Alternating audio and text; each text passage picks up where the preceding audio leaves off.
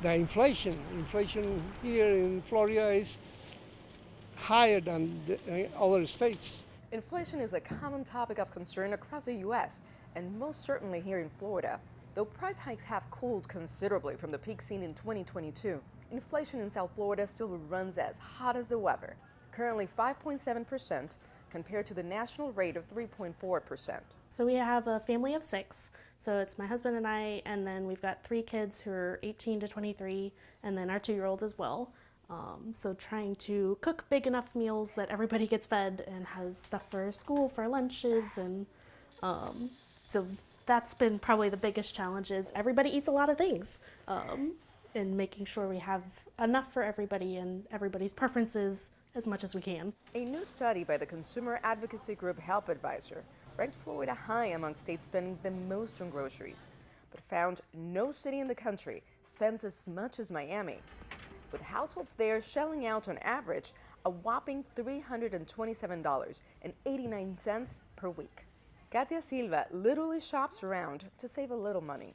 It's amazing how increased the prices all over the supermarkets, but a good idea is to come here to one supermarket, then the other supermarket because it has sales or BOGOs or that, and that's the way you save money.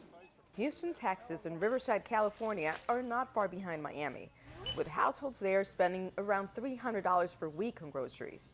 Once prices are put up in the store, there's a reluctance to take them down. So we often say that that prices take the elevator up and the staircase down.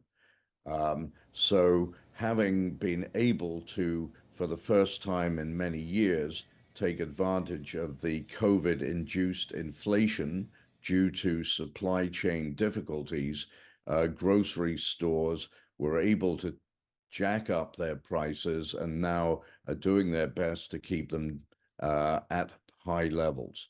Nationwide, the study found U.S. households are spending an average of $1,000 a month on groceries. Among ethnic groups, Latino families are spending the most, almost $1,300 a month. The report also suggested a correlation between education and spending, with less educated consumers spending more at the store. And analysts say Miami's popularity is helping drive the inflation wagon. In Miami, you've had a net migration inbound into the city with no appreciable increase in the amount of square footage devoted to grocery retail. And as a result, you have more demand being channeled into the same level of supply, the same number of stores. And that also sustains the high prices that we see at retail. And unless the region sees an influx of retailers to change that supply equation, prices here in the so-called Magic City will likely remain above the national average. Nitza, Soledad, Perez, CGTN, Miami.